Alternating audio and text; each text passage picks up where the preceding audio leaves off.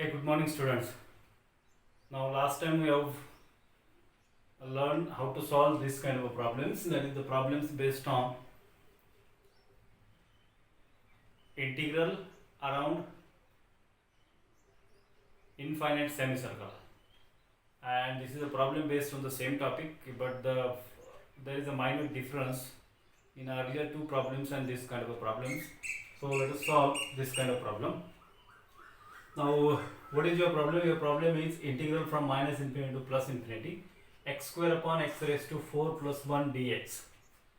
And in order to solve this kind of a problems, let us assume that this is of integral over the contour C f of z dz. This is one integral, and the other integral in that formula is integral over the gamma function, right? So this integral is equal to this integral minus time integral over the gamma function into f of z dz, and this can be solved using Jordan lemma, and this is by our Cauchy integral or Cauchy residue theorem, right? Now, before going to do this, let us rewrite this again. Integral over the contour C f of z dz is equals to this integral over the contour C, and this can be transformed in the form of z square upon z raised to power 4 plus 1 into dz, right? Now this integral has a pole of order 1 because raised to power is 1, right? And where is the singular point? At z raised to power 4 is equals to minus 1. What it means? It means that you should calculate the fourth root of minus 1, fourth root of minus unity, isn't it? And how to find out the fourth root of minus 1, that we have studied. For more clarity, I can write that is z is equals to minus 1 raised to power 1/4. What is this? This means that fourth root of minus 1. Got it? And how to find out the fourth root of minus 1? As we know, z raised to power 4 must be equals to minus 1. So that let us rearrange this z raised to power 4 in terms of cos theta and sin theta. So let us say this is equal to e raised to I theta. This is equals to cos theta plus I times sin theta. Now make an adjustment in cos theta, sin theta, find out the theta so that you will get this right hand side equals to minus 1, and then later on you can shift this fourth power raised to the power 1/4, right? So how you will get this? Minus 1, that means cos, for what value of theta you will get cos theta equals to minus 1. I'll give you two formulae. Cos of n pi is equals to minus 1 raised to n, and second one is the sine of n pi is equals to 0 for all values of n, 1, 2, 3 up to infinity, all values of n, right? And if you look these two formulae very carefully, cos of n pi is equal to minus 1 raised to n. That means if n is having odd values, for all values of n you will get cos of n pi is equals to minus 1, and you want on right hand side is equals to minus 1, so theta is equals to having a n pi value, isn't it? Right? So for this I can write z raised to power 4 is equals to cos of n pi plus I times sine of n pi, where the values of n are equals to odd values. That means 1, 3, 5, 7. This even values of n pi, this is not valid, because if you took the cos of 2 pi or cos of 4 pi, that means even values, then this is equals to plus 1, right? This will go to 0 for any value of n, right? So what you will get? You will get z raised to power 4 is equals to let us put this value of n pi into this. So e raised to n pi I, isn't it? E raised to n pi I is your root, right?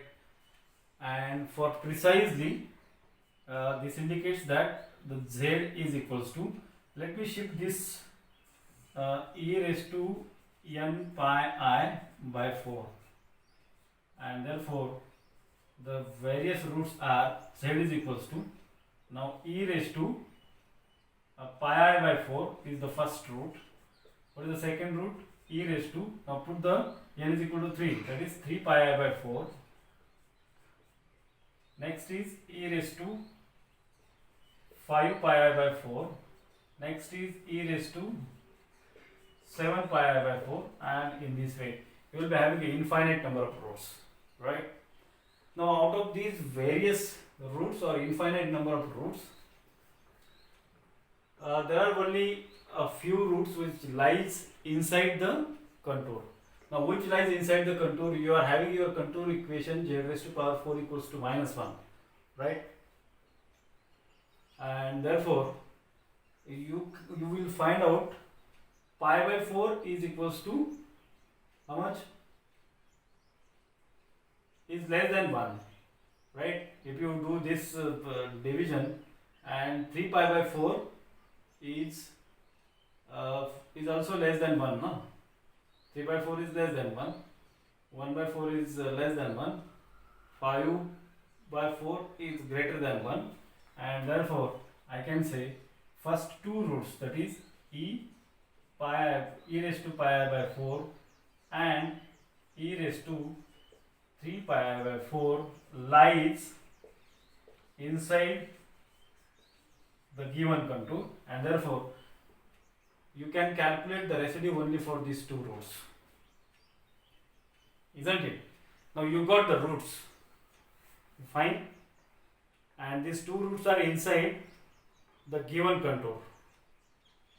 Now before proceeding to calculation of residue, let us check whether you are getting the real integral or not. If you are getting infinite integral, there is no point to calculate the residue then, right?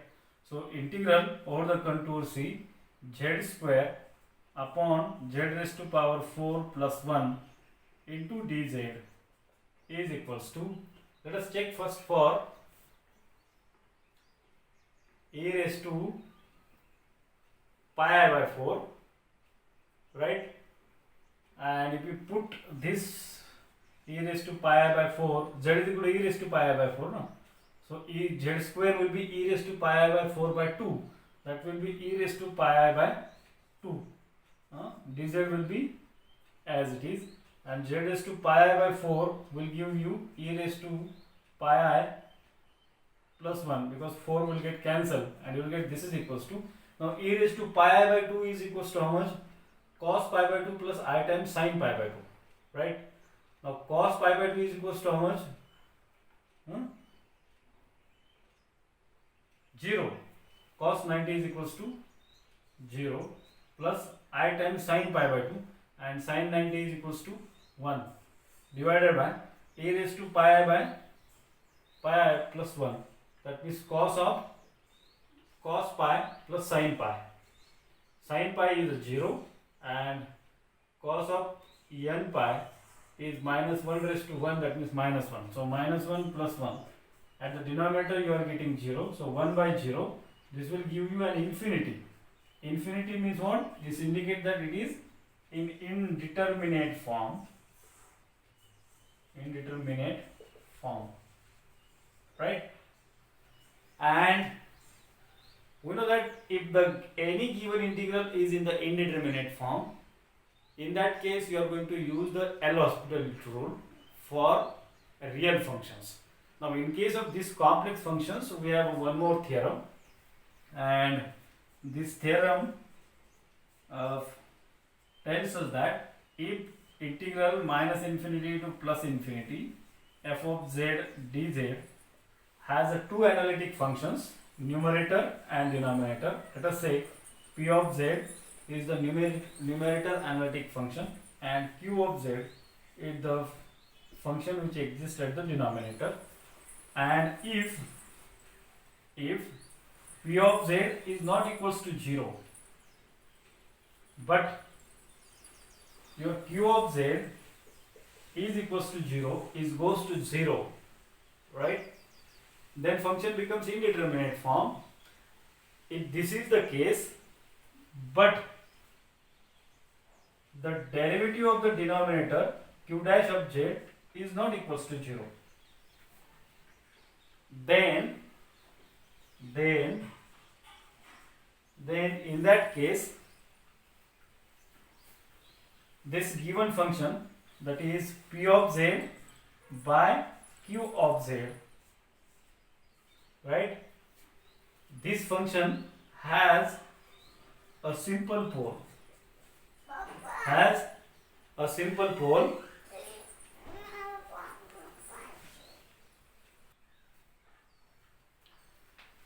sorry for the interruption.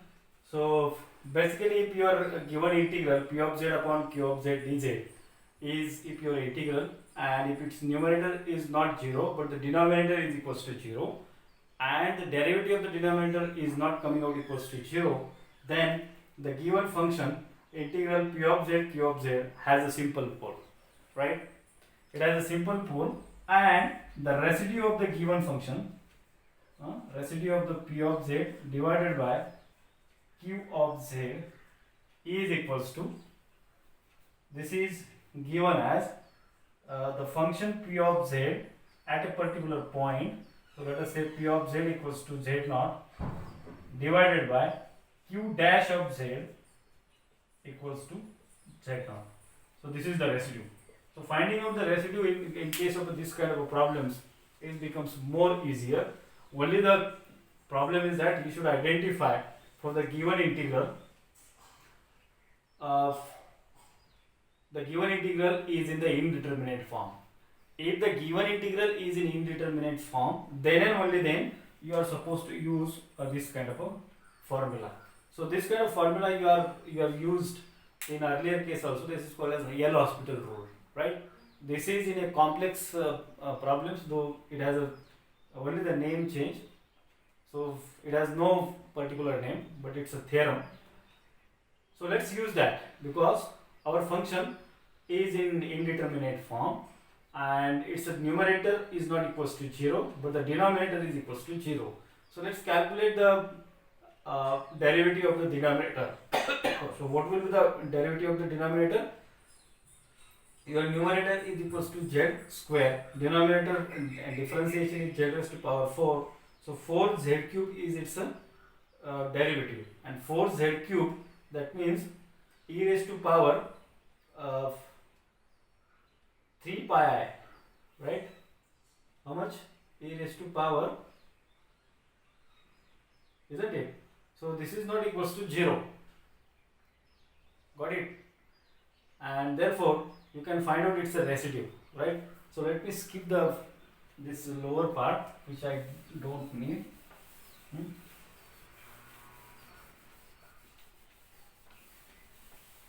And to find out the residue of the function, and thus I can say the residue of the given function f of z at z is equal to, for the first root or for the first singular point. What is our first singular point? We have two singular points. Let me circle those 2 points here. E raised to pi I by 4. So z is equals to e raised to pi I by 4, and its root, so p of z is equal to z square and q dash of z is equal to 4z cube, right? This is after differentiation. Now after differentiation you will be left with only 1 upon 4z, right? And you can put the value of z equal to e raised to pi I by 4. That will be your residue of the given function. So this will give you 1 by 4 into 1 upon z. Z I can write z raised to power minus 1, and therefore you will get e raised to power minus pi I by 4, right? E raised to minus time pi I by 4. And if you simplify this, then this will give you cos theta plus I times sin theta. Now cos of minus theta is equals to cos theta only, we know that. So this will be a cos of pi by 4 only, plus I times sin of minus theta will be minus time I sin theta. So you will get minus time I into sin of pi by 4, right? Now pi by 4 is how much? It's a 45, no? So cos pi by 4 and sin pi by 4 are having its value equals to 1 by root 2. So here you will get 1 upon 4 into 1 by root 2 minus I times 1 by root 2, right? So this is your residue, first residue for the first singular point. Similarly, you can work out the residue for the second singular point. So the residue for the second singular point will be now equals to residue of the function f of z at z is equal to e raised to what is the singular point? 3 pi I by 4 is another singular point, and this will be the same. So 1 upon 4 z will be 1 by 4 into z is equals to e raised to minus time 3 pi I by 4. Got it? And if you solve this, then you will get 1 by 4 times e raised to minus 3 pi I by 4 will give you cos of, let me write here, cos of 3 pi by 4 and minus time sin of minus I time sin of 3 pi by 4. So this will be 1 by 4 times. Now sin 3 pi by 4 is equals to how much? 3 pi by 4, that means it goes in the third quadrant. Pi by 4 is 45. 45 plus 45 is 90. 90 plus 45 will be 135. So 135 is in the third quadrant, and we know that in the third quadrant you are having the you are knowing the formula add spoon to coffee. That means in the fourth quadrant I write here. In the first quadrant all are positive. In the second quadrant sign is positive. Add spoon, sign is positive. All other are negative. Isn't it? And add spoon to tan. So tan is positive here. All other are negative. And here cos is positive. Rest of the things are negative. So in the third quadrant tan is positive. That means sin and cos both are negative here, right? If the sin and cos both are negative in the third quadrant, then you will get cos of 3 pi by 4, that means 1 by root 2, but it is negative, right? Pi by 4. Multiple of pi by 4 is minus 1 by root 2, and this is also minus 1 by root 2. So minus 1 upon root 2 minus will become a plus, right?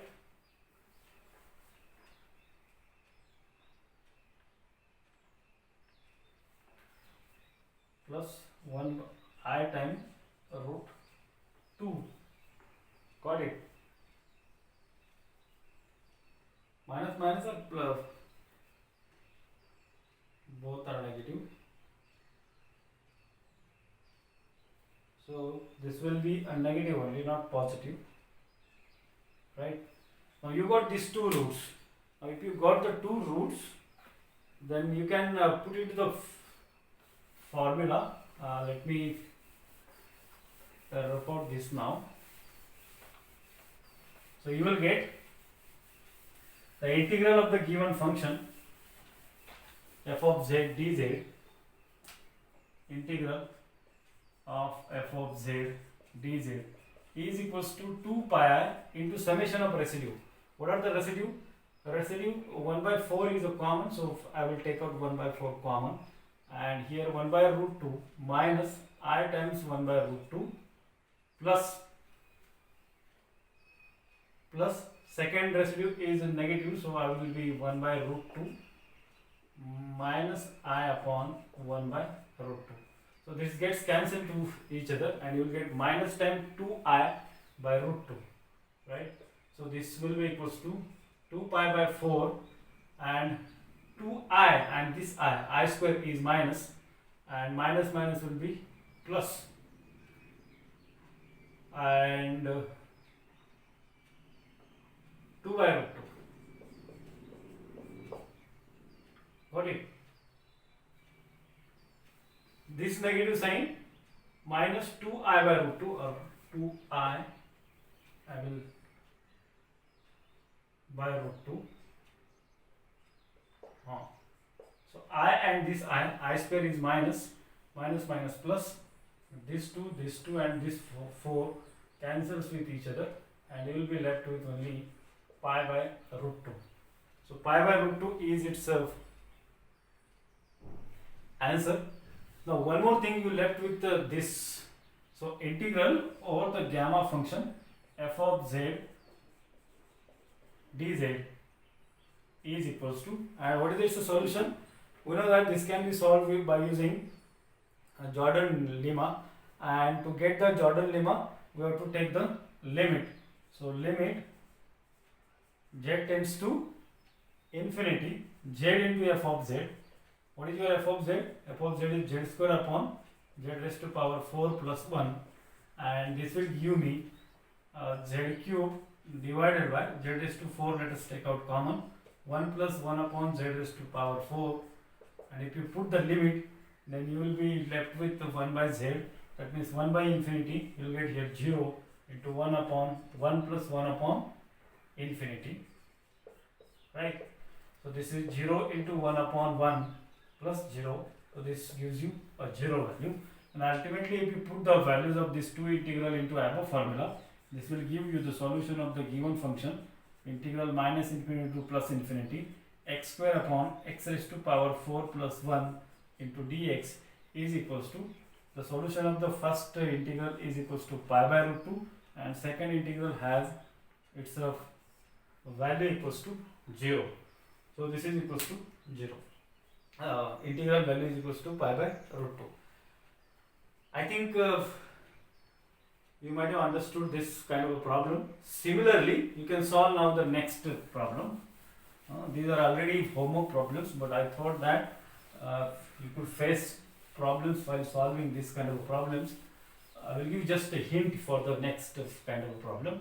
Next kind of problem is x square upon x raised to power 6. No? X square upon x raised to power 6. And along with that, I will give you the answer also to you, so that you can practice this problem. So you have to find out the sixth root of minus 1, right?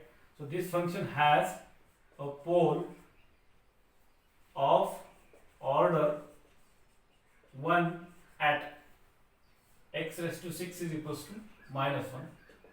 That is z raised to 6 is equals to minus 1. So z is equals to minus 1 raised to power 1 by 6. This indicates that the sixth root of minus 1, right? And once this is known, then you can find out the integral over the contour C, z square upon z raised to power 6 plus 1 into dz, right? But before going to its calculation, you have to find out its root. So z raised to power 6, let us write z raised to power 6 is equals to minus 1, and you can write cos theta plus I time sin theta. So what will be its roots? Again same thing, cos of n pi is equals to minus 1. So in a simpler way, I can write cos of n pi plus I time sin of n pi. You want minus 1, that means n values must be odd, 1, 3, 5, 7, etc. And therefore you will get z raised to 6 is equals to cos of, let me write in the form of e raised to power pi I, right? E raised to power 3 pi I, e raised to power 5 pi I, let me write by 6 here, e raised to power 7 pi I by 6, and in this way. Now find out which roots lies inside. So 5 by 6 is less than 1, 7 by 6 is greater than 1, so up to this your roots lies inside the contour. This lies inside the contour, and therefore you can find out the residues for these three different singular points, right? So residues of the function f of z at z is equal to e raised to pi I by 6, you will get some value. Similarly, residue of the function f of z at z is equals to e raised to 3 pi I by 6, and residue of the function f of z at z is equal to e raised to 5 pi I by 6. If you will get this kind of course you have to use that L-Hospital kind of a theorem, and then you will get the answer. I will give you the final answer of this kind of a problem. The final answer is equals to pi by 3, right? I will write here pi by 3. So with this we'll stop here, and next time we'll go for next kind of a problems, right? And then next topic. So thank you.